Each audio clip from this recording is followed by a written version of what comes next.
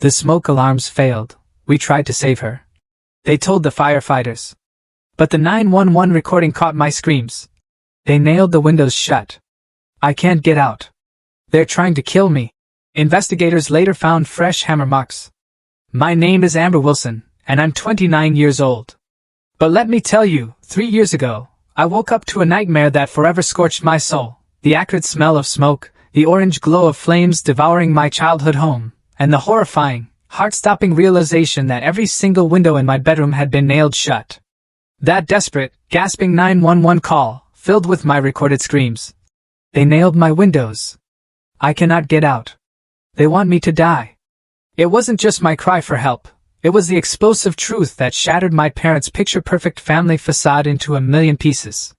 Before I dive into the depths of my story, know this. If you've ever felt like you're alone, like your reality is being twisted, maybe my story can be a lifeline. From the outside, you would have seen us as the quintessential American family. My mother, Susan, always immaculate, volunteering at church, hosting these impossibly elaborate neighborhood gatherings. My father, Harold, well-respected at his accounting firm, coaching Little League, always a friendly wave for everyone. Our house in suburban Minnesota? Meticulously kept, with a prize-winning garden. I was their only child, and people, so many people, would tell me how incredibly lucky I was to have such wonderful parents. But behind that glossy white front door, past the seasonal wreaths and the welcoming mat, life operated under an entirely different, chilling set of rules. The first time I felt that icy prickle of unease, I was just 7. I'd invited a friend over from school. Before she even arrived, my mother sat me down, her voice soft but her eyes like steel, and recited exactly which rooms we could enter, which toys were acceptable, what topics were safe for conversation. When my friend, with typical childhood innocence, asked to see my bedroom, my mother's tight smile snapped into place, her voice falsely sweet as she declared certain areas of the house were private. By the time I was 10, I understood. Everything in my life was meticulously controlled. My wardrobe?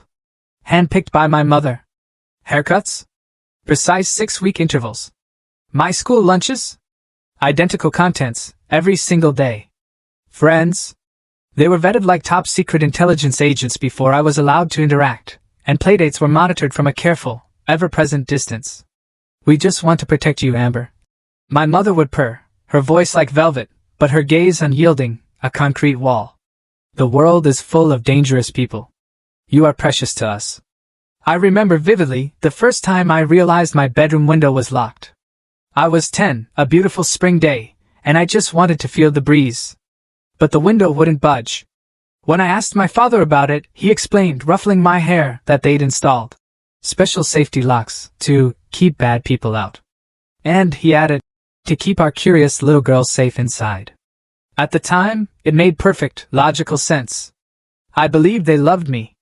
I believed everything they did was for my protection. Even when things felt strange, or intensely restrictive, I convinced myself it was normal. After all, I had nothing else to compare it to. At school I excelled.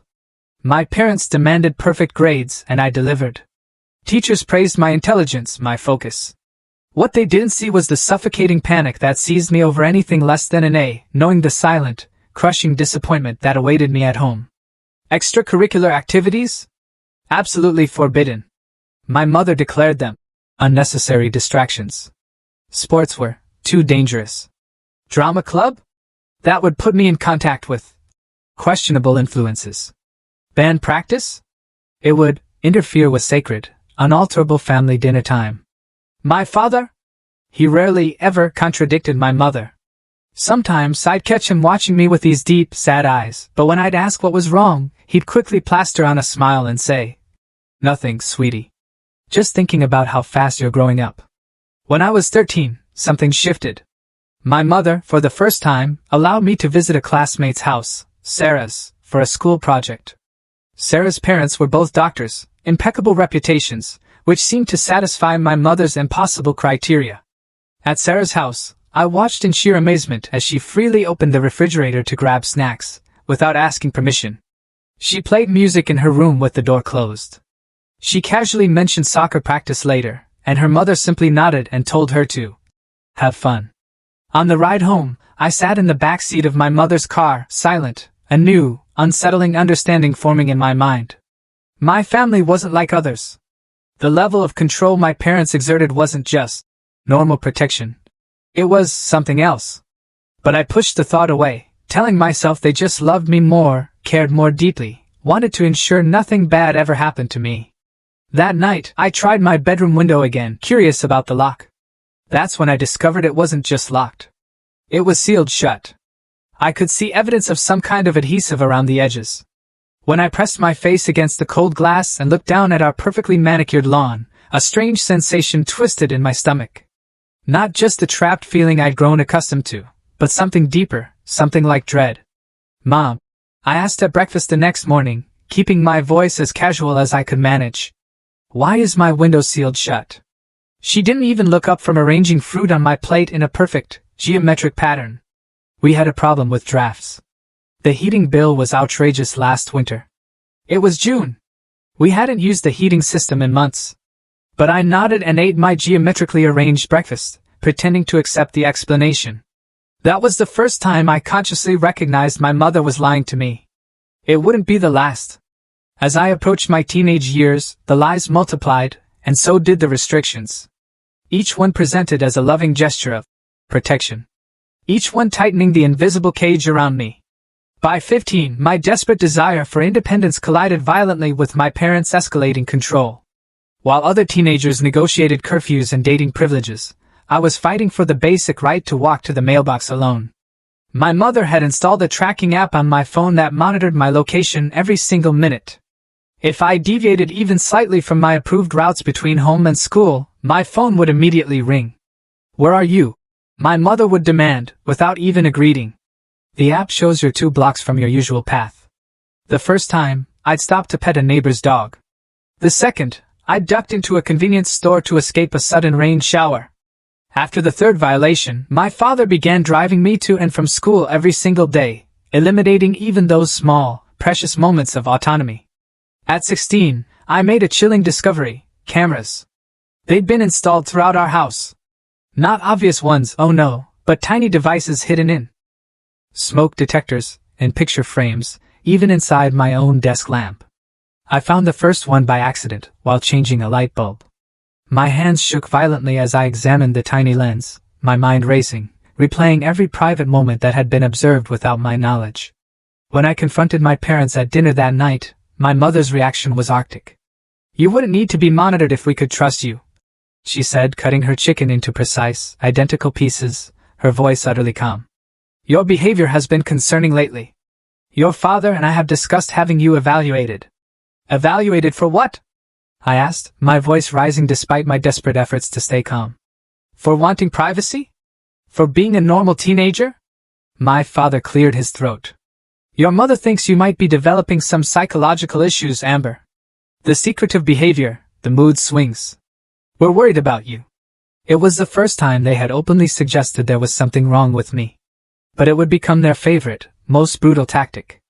Any resistance to their control was immediately framed as evidence of mental instability. Any request for normal teenage freedoms was interpreted as a troubling sign. My mother began telling extended family members that I was struggling emotionally. She implied to neighbors that I had behavioral problems. She even scheduled appointments with our family doctor, where she would describe symptoms I never experienced, speaking about me as though I weren't sitting right beside her. "She has these episodes," my mother would say, her voice lowered with practiced concern. "Irrational outbursts, paranoid thoughts. We're at our wits' end." I would try to defend myself, to explain that I was perfectly fine, just increasingly, desperately frustrated by their restrictions. But my protests only reinforced their narrative, that I was troubled, and in denial. Around this time, the window security in my bedroom intensified. The simple locks were replaced with elaborate mechanisms that required keys my parents kept hidden. Metal bars were installed, cleverly disguised as decorative elements, but functionally similar to prison cells. The curtains were replaced with heavier versions that blocked all natural light, which my mother claimed would help me sleep better. It was Jessica, my lab partner in chemistry, who first truly recognized something was wrong. We had become friends, despite my parents' limited social interactions, bonding over our shared love of science. She noticed the dark circles under my eyes, my flinching at loud noises, my deep reluctance to discuss my home life. "Amber, are you okay?" she asked one day after class. "Like really okay? Because sometimes you act like someone who's afraid all the time." The simple, genuine question broke something open inside me. In that empty classroom, with its familiar smell of chemicals and chalk, I told her everything. The suffocating control, the relentless surveillance, the cruel accusations of mental instability, the locked, sealed windows. Jessica listened without interruption, her eyes widening, reflecting my own horror. "That is not normal," she said finally, her voice firm. "That is not parents being protective. That is abuse." Hearing those words spoken aloud was both terrifying and incredibly validating. Abuse, I'd always thought, happened in homes with shouting and violence, not in impeccably maintained houses with mothers who volunteered at church and fathers who coached Little League.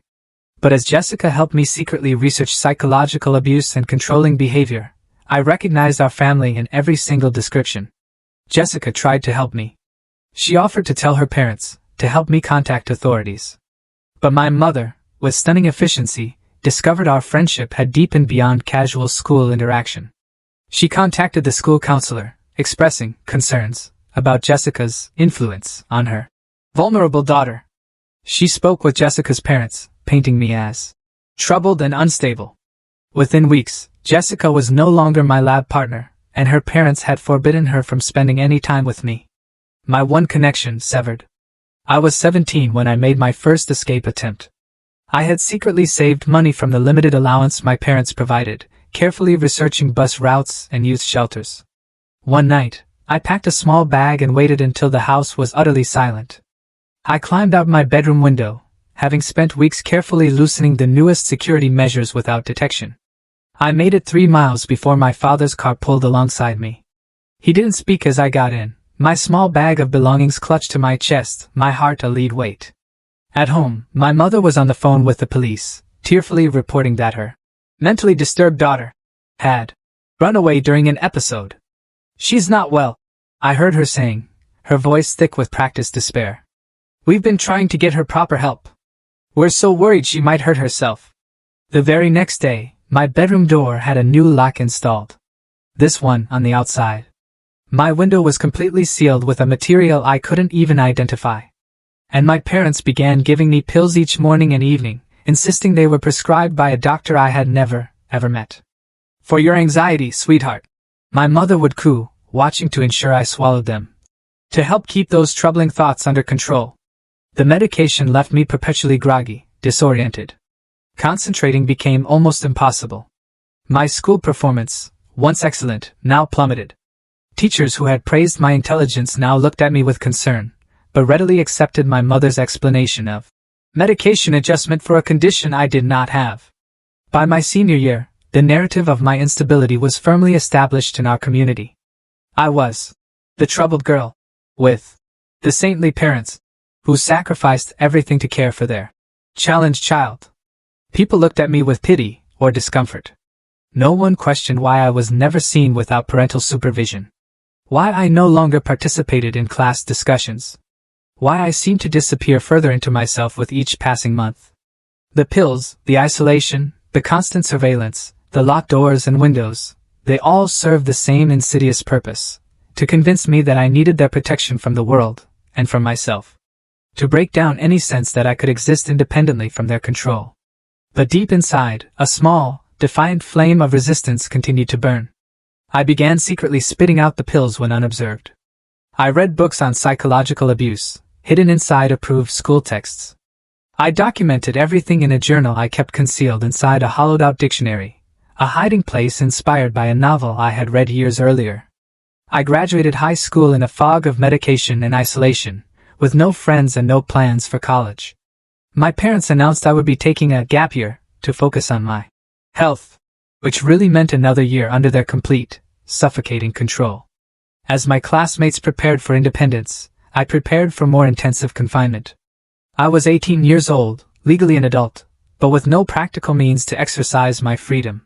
The world outside our house had become an abstract concept, rather than a place I could actually access. But still, that flame inside me refused to die completely. At 21, my life bore no resemblance to what most young adults experience. While my peers were finishing college, starting careers, or traveling, I existed within the suffocating confines of my parents' control. The only concession to my adulthood was permission to take online classes through a local community college, a program my mother selected and monitored closely. "See how we support your education, Amber?" she would say, checking my computer history daily. "Most parents wouldn't invest so much in a child with your challenges." The challenges she referred to were entirely their creation, a narrative so thoroughly established that even I sometimes questioned my own perceptions. Was I really unstable? Did I truly need the protection they insisted upon? The doubt was by design, a product of years of gaslighting and isolation. But during my online psychology class, I encountered information about emotional abuse that resonated deeply, like a bell echoing in a hollow cave. I began to understand the tactics my parents employed: the isolation, the gaslighting, the control, the constant monitoring, the forced medication. During lectures, I would mute my computer and silently cry, recognizing my entire life in the clinical descriptions of abuse victims. My professor, Dr. Matthews, noticed my exceptional work on assignments related to family dynamics and psychological control. During a required video conference, she asked questions that suggested she sensed something beneath my careful, guarded responses. I was terrified of saying too much, knowing my mother often stood just outside my door during these calls. But Dr. Matthews seemed to understand. "Amber," she said casually at the end of our call, "there are resources available for young adults transitioning to independence. I'll email you some information. Some of my students find it very helpful." The email contained links about domestic abuse, cleverly hidden within resources about scholarship opportunities. I understood immediately. She suspected my situation. For the first time in years, I felt seen. I began a secret plan. My online transcription job, approved by my parents because it could be monitored and didn't require leaving the house, paid me directly to a PayPal account. I began diverting small amounts to a secret bank account, created using information from one of Dr. Matthews' resource links. I researched domestic violence shelters and memorized phone numbers, unable to write them down for fear of discovery. In those months, I also formed my first real connection with a neighbor. Lauren Davis, a young nurse who worked night shifts at the local hospital, moved into the house next door. She waved to me when I was allowed into the backyard for supervised fresh air. She noticed how my mother hovered during these brief outdoor moments. How my father always checked the perimeter of our property before I was permitted outside. One day, Lauren approached our fence while my mother was briefly distracted by a phone call. "Is everything okay with you?" she asked quietly, her voice full of genuine concern. "I don't mean to intrude, but something seems off." Before I could respond, my mother was beside me, her arm around my shoulders in what would appear to be an affectionate gesture, but felt like a vice-like restraint. "Amber has some special needs," my mother told Lauren, her voice practiced sympathy. "We have to be very careful with her. Behavioral issues, you understand." Lauren nodded politely. But I saw the doubt in her eyes. She didn't believe my mother. And that small, precious moment of recognition ignited a spark of hope. Over the following weeks, I managed to slip Lauren notes through a loose board in the fence during my supervised outdoor time. Brief messages explaining my captivity, begging for help. Lauren responded, leaving tiny folded papers in the same gap. She believed me. She was willing to help. We developed a plan for her to contact authorities with my detailed accounts of abuse. But my parents discovered our communication. I never learned how, whether it was surveillance footage from one of their hidden cameras, or simply my mother's constant, chilling vigilance. One evening, my father entered my room, holding one of Lauren's notes. "Who is trying to take you away from us, Amber?" he asked, his voice eerily calm, devoid of all warmth. "Who has been feeding your delusions?" That night, they took everything. My computer, my phone, even the books from my online classes. My father installed deadbolts on my bedroom door. This time, he wasn't even pretending they were for any purpose other than keeping me confined. And that's when I discovered them nailing my windows shut. I woke to the unmistakable sound of hammering late at night. Creeping to my bedroom door, I peered through the crack. I saw my father methodically driving nails through the window frame in the hallway. When he finished, he applied some kind of sealant around the edges. "Harold, make sure they are secure," my mother whispered, her voice low and venomous. "She's been planning something. I can feel it." "This feels extreme, Susan," my father replied, his voice hesitant for perhaps the first time I could ever remember. "She's our daughter. She is sick," my mother hissed. "She would run away and end up dead in a ditch somewhere. Everything we do is to protect her from herself. Do you want her blood on your hands?" The next morning, I confronted them at breakfast, abandoning the compliant persona I had maintained as protective camouflage. "I saw you nailing the windows shut," I said, my voice shaking despite my resolve. "Why are you doing this?" My mother's face showed no surprise, only a calm, terrifying resolution. "To protect you from yourself, Amber. Your recent behavior shows you're having another episode." "What happens if there's a fire?" I asked, my voice rising. "How would I get out?" "We would save you," my father said, not meeting my eyes. "We always take care of you." "You are imprisoning me," I declared, my heart pounding. My mother's smile was chilling. "We are saving you. Someday you will understand." After that confrontation, conditions deteriorated rapidly.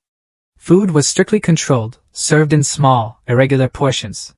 Bathroom visits were supervised, the door required to remain partially open. The medication increased, new pills with stronger effects that left me disoriented and nauseated. I overheard my mother on the phone with someone, discussing residential treatment facilities. I understood, with horrifying clarity, that they were planning to institutionalize me, to transfer their home prison to a more official one where their narrative of my mental instability would be accepted without question. Lauren tried once more to help. I heard her arguing with my parents on the front porch, threatening to call the police. My mother's response was practiced perfect. "We appreciate your concern for our daughter," she said with convincing sincerity. "But Amber has serious psychological issues that require specialized care. The police are well aware of her condition. In fact, Officer Reynolds has been wonderfully supportive of our situation. Would you like his number?" It was a bluff, but an effective one. Lauren retreated, but I could see from my window that she watched our house more intently. Her curtains often parted, her presence visible at her windows at odd hours. My health began to deteriorate from the unrelenting stress, insufficient nutrition, and the debilitating side effects of unnecessary medication. I lost weight. My hair began to fall out. Sleep was elusive, broken by nightmares when it came at all. Yet, despite my weakened state, my resolve strengthened, hardening into an unbreakable core. I understood, with perfect, agonizing clarity, that I needed to escape or I would die in that house, either from their direct actions or from the slow, insidious poison of captivity. I had one remaining lifeline, a prepaid phone I had purchased during a rare, supervised shopping trip months earlier, before they had completely restricted my movements. I had hidden it inside a heating vent in my room, only using it when absolutely certain I was unobserved. The battery was low, and I had no charger, but I preserved it, guarding it for an emergency. I didn't know then how soon that emergency would come, or that it would arrive in the form of flames and smoke that would nearly claim my life. The night that changed everything began ordinarily enough. My parents conducted their usual evening routine, checking locks, administering my medication, securing me in my room for the night.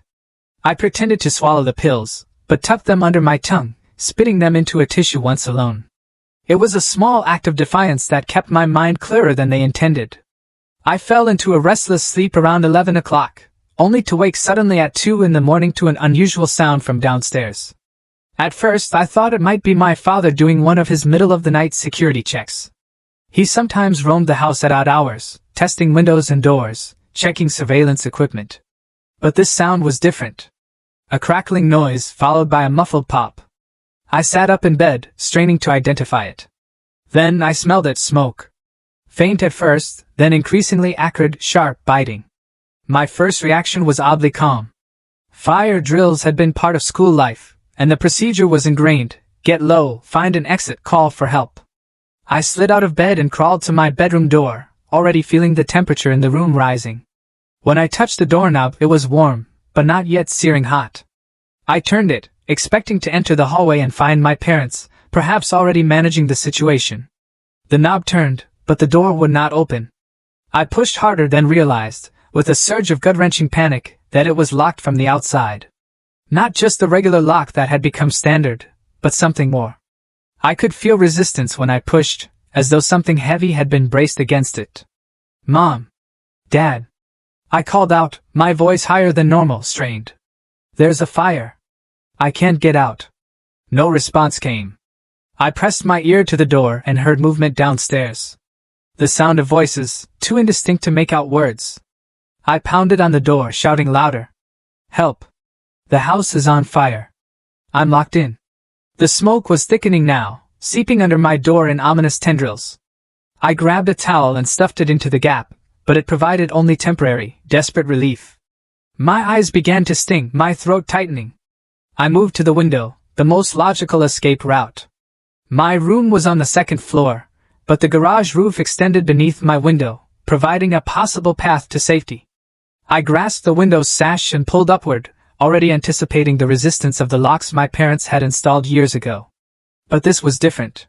The window did not budge at all. In the dim, terrifying light from my bedside lamp, I could see why. Fresh nails had been hammered through the frame at intervals of just a few inches, securing it completely to the casing. Some sort of industrial sealant had been applied around the edges, visible as a dark, damning outline. Panic surged through me, raw and electrifying. I grabbed my desk chair and slammed it against the window, but the reinforced glass merely shuddered. Again, I struck, and tiny cracks appeared, spiderwebbing across the surface, but the window held firm. The nails remained embedded in the wood, unmoved by my desperate, failing efforts. The smoke was getting thicker.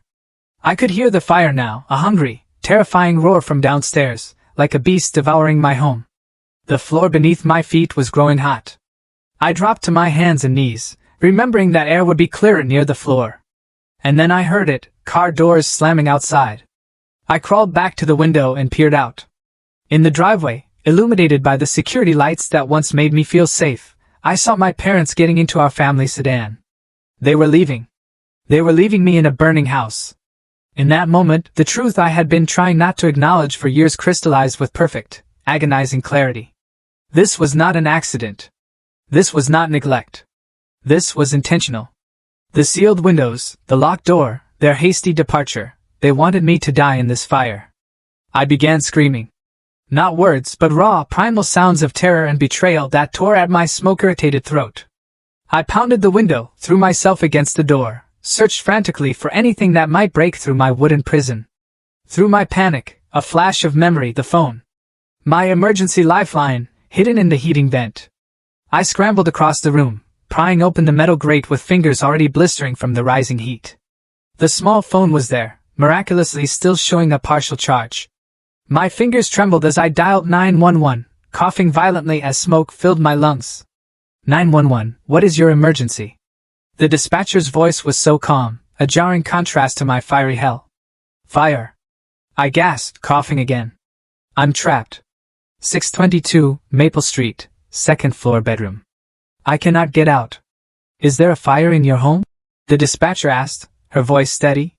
Are there other people in the house? Yes, fire. I confirmed, my voice breaking. No people. My parents left. They locked me in. The windows are nailed shut. I cannot get out. There was a brief, stunned pause, as though the dispatcher was processing this impossible information. Did you say the windows are nailed shut? Yes. I screamed, abandoning any attempt at composure. They nailed my windows. I cannot get out. They want me to die. I heard sirens in the distance as the dispatcher assured me help was coming. The smoke was so thick now I could barely see across my room. The heat was intense, pressing against my skin like a physical weight. I crawled to the farthest corner from the door, pressing a wet cloth I had grabbed from my bathroom against my mouth and nose. Through the window, I saw emergency lights approaching. I heard someone shouting outside, though the words were indistinct. Then, a new sound caught my attention. Lawrence. Voice, from next door, screaming my name. Amber! Oh my God! Amber! I crawled back to the window, fighting against the thickening smoke, and pounded on the glass. Through watery, stinging eyes, I could see Lauren in her yard, pointing frantically toward my window as firefighters arrived. The next few minutes blurred in my oxygen-deprived mind. There was the sound of breaking glass, the sudden, exhilarating rush of fresher air. Figures in protective gear appeared at my window, expressions of shock visible even through their masks as they registered the nails securing my window shut. Strong arms lifted me. Someone was saying something about a ladder. I was being carried, the sensation of movement disorienting after the suffocating confinement of my room. The cool night air hit my smoke-ravaged lungs, causing a coughing fit so violent I thought my ribs would crack. I remember fragments of the next hour, oxygen being placed over my face, the burn of N4 being inserted. Lauren's tear-streaked face appearing briefly above me, her hands squeezing mine, a lifeline. I remember trying to speak, to explain, but lacking the strength to form coherent sentences. Most vividly, I remember seeing my parents returning to the scene, their performance beginning immediately. My mother's theatrical wail. My father's stunned, innocent expression. Both rushing toward the ambulance with perfectly practiced concern. "Our daughter!" my mother cried to anyone who would listen. "Is she all right? We just went for help. The smoke alarms malfunctioned. We tried to save her." Through my oxygen mask, I whispered the truth to the paramedic beside me. "They locked me in. They nailed the windows shut. They left me to die." His expression shifted, skepticism giving way to something darker, colder, as he looked from me to my hysterical parents, being held back by police officers. He leaned closer. "We found the nails," he said quietly. "Fresh hammer marks. We saw the lock on your door. No one is going to hurt you anymore." As consciousness faded, I heard a police officer speaking to my parents, his voice hard and suspicious. "We need to ask you some questions about those windows, Mr. and Mrs. Wilson. And about this recording from the 911 call." My mother's voice rose in practiced indignation. "Our daughter is mentally disturbed. She has delusions. We would never harm her." But for the first time in my life, no one was believing her performance.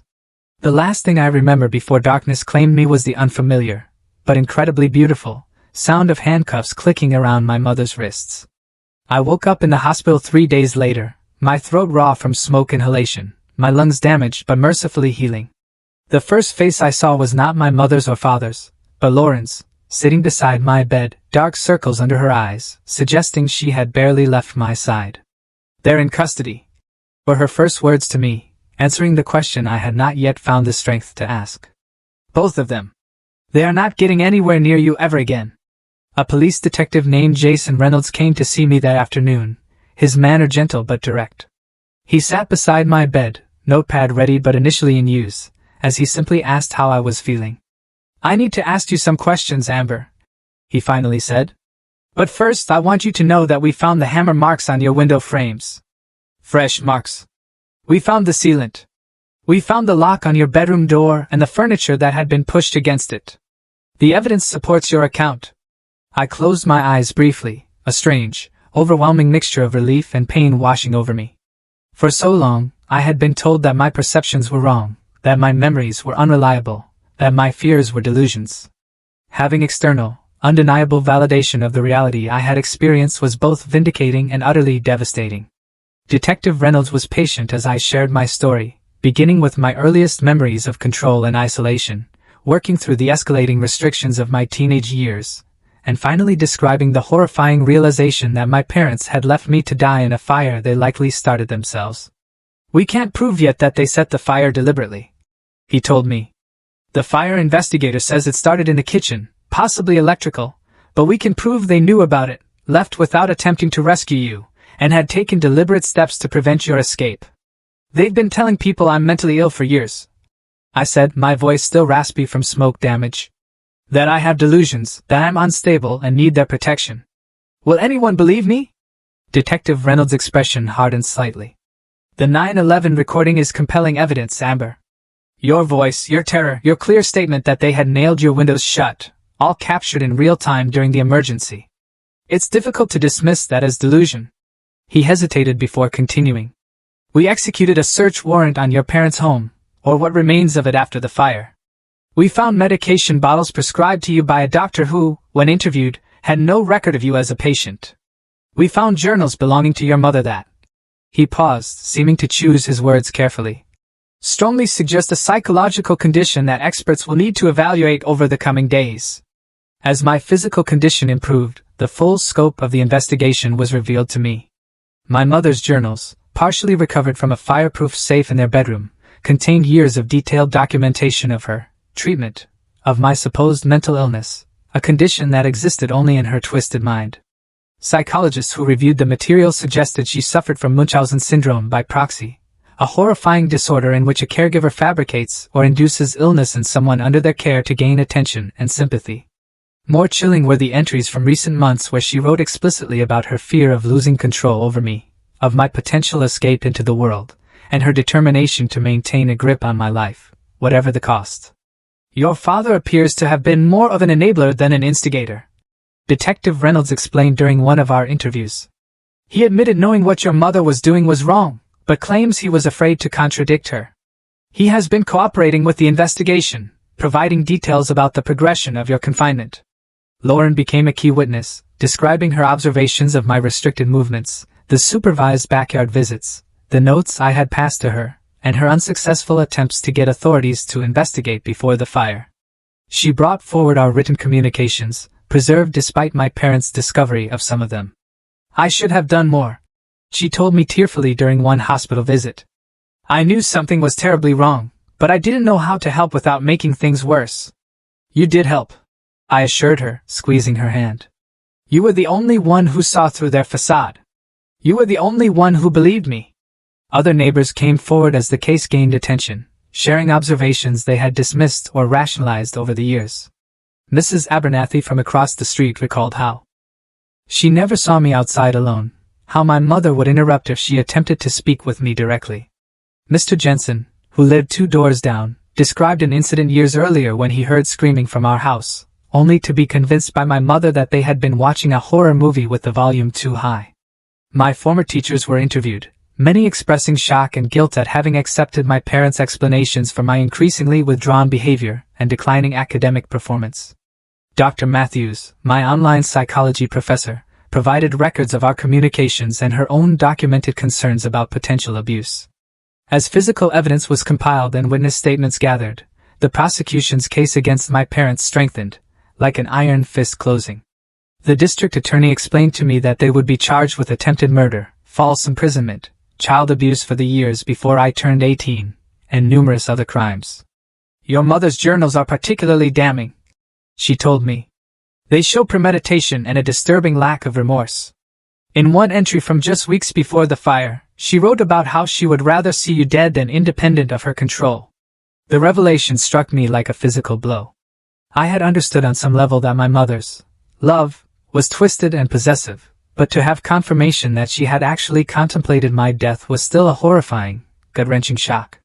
As my physical recovery progressed, I began working with a trauma specialist, Dr. Eleanor Simmons, who helped me process not only the acute trauma of the fire, but the lifelong psychological abuse I had endured. For the first time, I could speak freely about my experiences, without fear of being labeled delusional or having my reality denied. What you are describing is gaslighting in its most extreme form, Dr. Simmons explained during one of our sessions. They systematically undermined your trust in your own perceptions, isolated you from anyone who might validate your reality, and created an alternative narrative about your mental state that served their purposes. One of the most difficult aspects of recovery was accepting that the parents I had desperately tried to please, whose love I had craved, even amid their abuse, had been willing to let me die rather than lose control over me. Dr. Simmons helped me understand that their behavior reflected their own severe psychological disturbances, not any failure or deficiency on my part. You survived by maintaining an inner core of truth, she told me, her voice gentle but firm. Despite years of having your reality denied, you held on to what you knew to be true. That resilience saved your life. 6 weeks after the fire, strong enough to leave the hospital, but with nowhere to go, I moved temporarily into Lauren's spare bedroom. The community that had once believed my parents' insidious narrative about my supposed mental illness now rallied around me. A local law firm took my case pro bono, helping me navigate victim services and the upcoming criminal proceedings. As the preliminary hearing approached, I steeled myself to face my parents in court for the first time since the fire. The evidence against them was substantial, but I knew their uncanny ability to present a convincing facade of loving concern. For 29 years, they had fooled everyone. Part of me still feared they might do so again. Remember, Detective Reynolds told me the day before the hearing. We have the 911 recording. We have the physical evidence. We have your mother's own writings. And most importantly, we have you, alive and able to tell the truth. The truth that had been denied for so long was finally going to be heard. The courtroom was smaller than I had imagined from movies and television shows. Polished wood, fluorescent lighting, the slight echo of footsteps on the hard floor. I sat beside the prosecutor, a woman named Julia Winters, who had spent hours preparing me for this moment.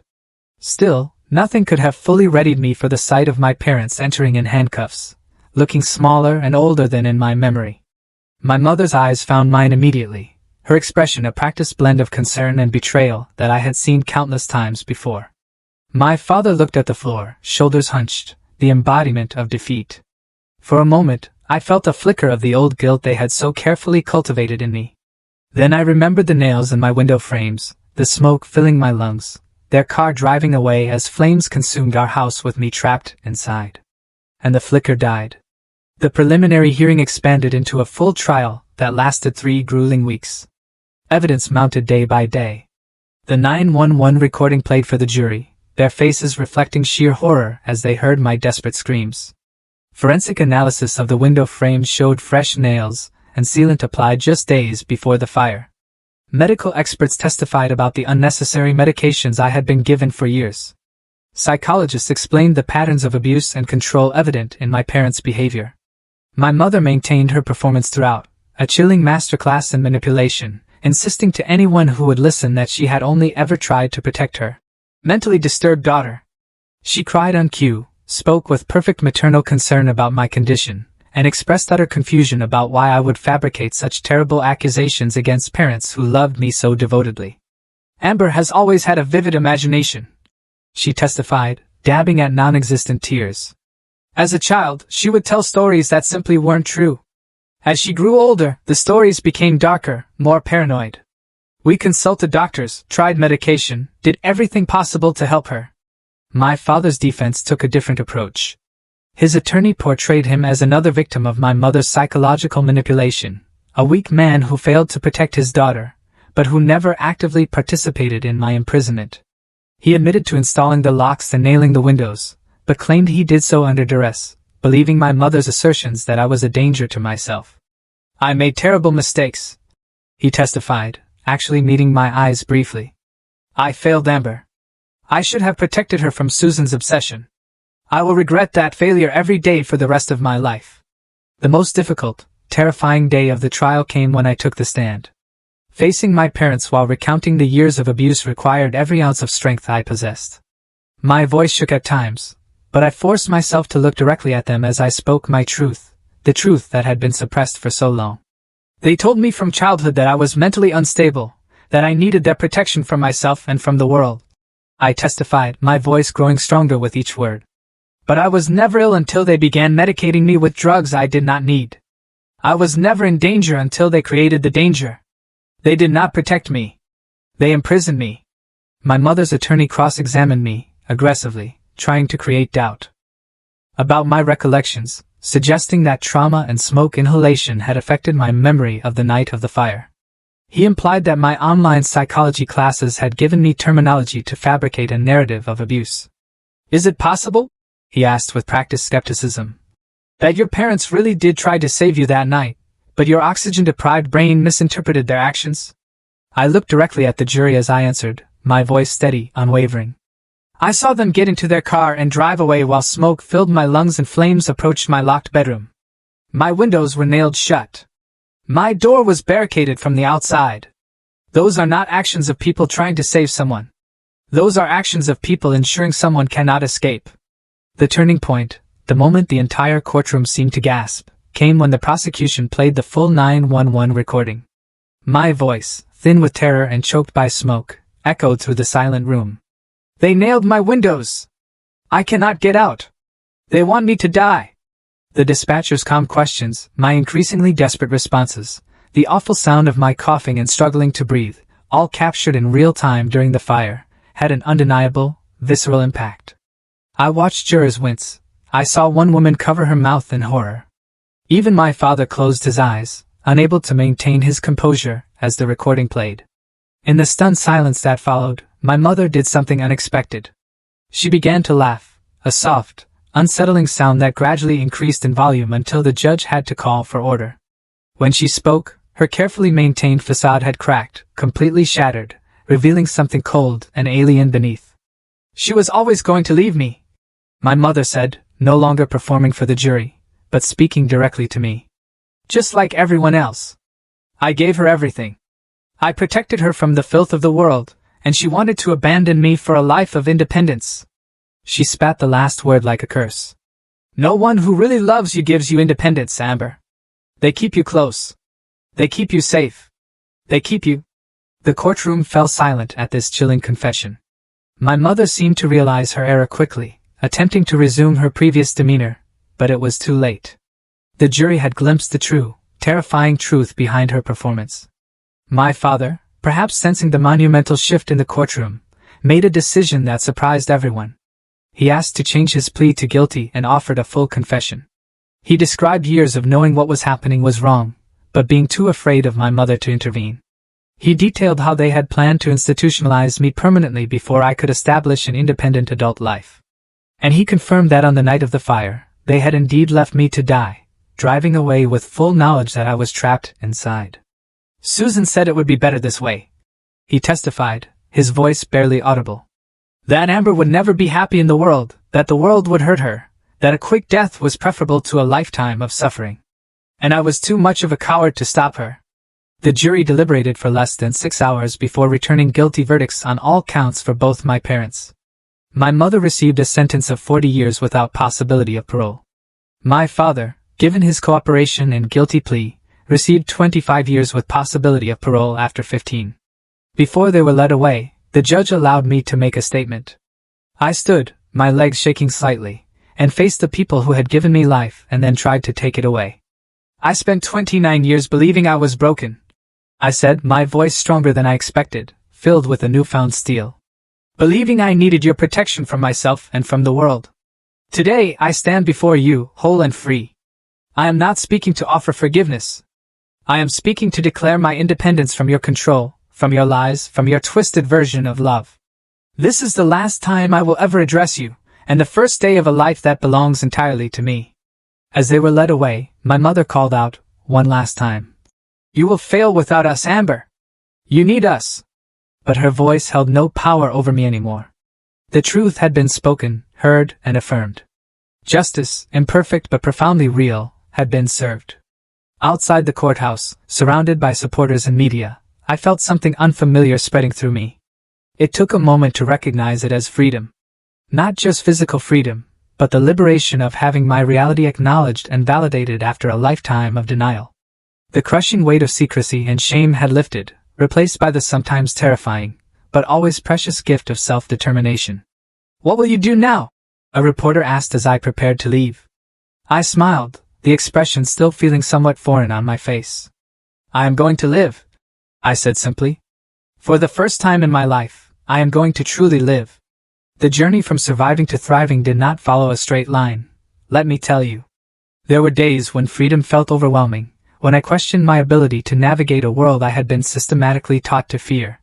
There were nights when I woke in a cold panic, convinced I was still trapped in that burning room, the smell of smoke in my nostrils. But with each passing month, those moments became less frequent, less intense. Dr. Simmons continued to work with me, helping me process not only the acute trauma of the fire, but the complex psychological impact of lifelong abuse. "Recovery is not about forgetting what happened," she explained during one particularly difficult session. "It is about integrating those experiences into your understanding of yourself without allowing them to define your future." Lauren remained a steadfast presence in my life, transitioning from rescuer to roommate to genuine friend. She never pushed me to discuss my experiences, but she listened, truly listened, when I needed to talk. She celebrated small victories with me. My first solo trip to the grocery store, my first time driving a car, my decision to finish my degree in psychology. "I thought I was brave until I met you," she told me once, her eyes shining. "You redefined courage for me, every single day." 6 months after the trial, I moved into my own apartment, a small, but sun-filled space that I decorated exactly as I wished. The first night alone was terrifying, but I reminded myself that fear was a normal response to new experiences, not evidence that I was incapable of independence, as my parents had claimed. I placed no locks on my bedroom door. Every window could be opened fully, without effort. These were not casual choices, but deliberate reclamations of freedom. Each morning, I opened all the windows for at least a few minutes, regardless of weather, just because I could. The fresh air, even when cold or damp, tasted like liberty. The media attention following the trial brought unexpected connections. Other survivors of family abuse reached out to share their stories in solidarity. Organizations working with domestic violence victims invited me to speak about psychological abuse and coercive control. Gradually, I found purpose in helping others recognize and escape situations similar to what I had experienced. 1 year after the fire, I established a small foundation focusing on helping young adults transitioning out of abusive family situations. We provided practical support, legal resources, and most importantly, community. The isolation that abusers create as their first line of control could be broken through connection with others who understood without explanation. You turned your pain into purpose, Dr. Matthews told me when I invited her to speak at our foundation's first formal event. That is the most powerful form of healing. Not everyone understood my story even then. Some people still question how parents could behave so monstrously, suggesting there must be another explanation. Others implied I should find forgiveness for my own sake, not understanding that for me, freedom from my parents included freedom from any obligation to reconcile with them, or to forgive. I learned to trust my instincts about whom to let into my life. Years of gaslighting had damaged my ability to distinguish between genuine concern and controlling behavior. But with practice and support, my internal warning system grew stronger. I became attuned to red flags, people who pushed boundaries, who questioned my perceptions, who sought to isolate me from others. The most profound lesson I learned was about the true nature of love. Real love expands rather than contracts. It creates space for growth rather than confinement for protection. It trusts rather than suspects. It releases rather than restrains. 3 years after the fire, I completed my master's degree in counseling psychology, specializing in trauma recovery. My thesis, on psychological abuse within families, drew on both personal experience and extensive research. The day I received my diploma, Lauren and a group of friends surprised me with a celebration that left me speechless with gratitude. From surviving to thriving to helping others do the same, Lauren toasted. You are a walking miracle, Amber. But I didn't see myself as miraculous, merely fortunate. Fortunate that Lauren had heard my screams that night. Fortunate that the 911 operator had recorded my desperate words. Fortunate that investigators had found those fresh hammer marks on my window frames. So many abuse victims never get their moment of validation, their chance at justice, their opportunity for a new beginning. Today, my life bears no resemblance to the prison of my first 29 years. I work with trauma survivors, sharing tools for recovery. I travel, experiencing the world my parents insisted was too dangerous for me to enter. I form relationships based on mutual respect rather than control disguised as protection. The nightmares have not completely disappeared, but they have lost their power to derail my days. The psychological wounds have formed scars that occasionally ache, but no longer bleed. I carry my history not as a burden, but as hard-won wisdom about human capacity for both cruelty and resilience. Perhaps the most powerful realization has been that freedom is not just the absence of physical restraint, but the presence of self-determination. True safety comes not from walls and locks, but from the deep, unwavering knowledge that you can trust yourself to navigate whatever challenges arise. Every window in my current home opens fully, without locks or barriers of any kind. That simple fact represents the safety I have created for myself, the safety that comes from within, rather than being imposed from without. On warm summer evenings, I sometimes sit by my open window, feeling the breeze on my face, and acknowledge how far I have traveled from that smoke-filled room with its nailed-shut windows and sealed-off future. If you are watching this and recognize your own life in any part of my story, please know that you are not alone. Trust your perceptions. Document what is happening. Reach out for help, even if previous attempts have failed. Freedom is possible. Healing is possible. A life reclaimed is possible. Thank you for listening to my story. Take care. Good luck.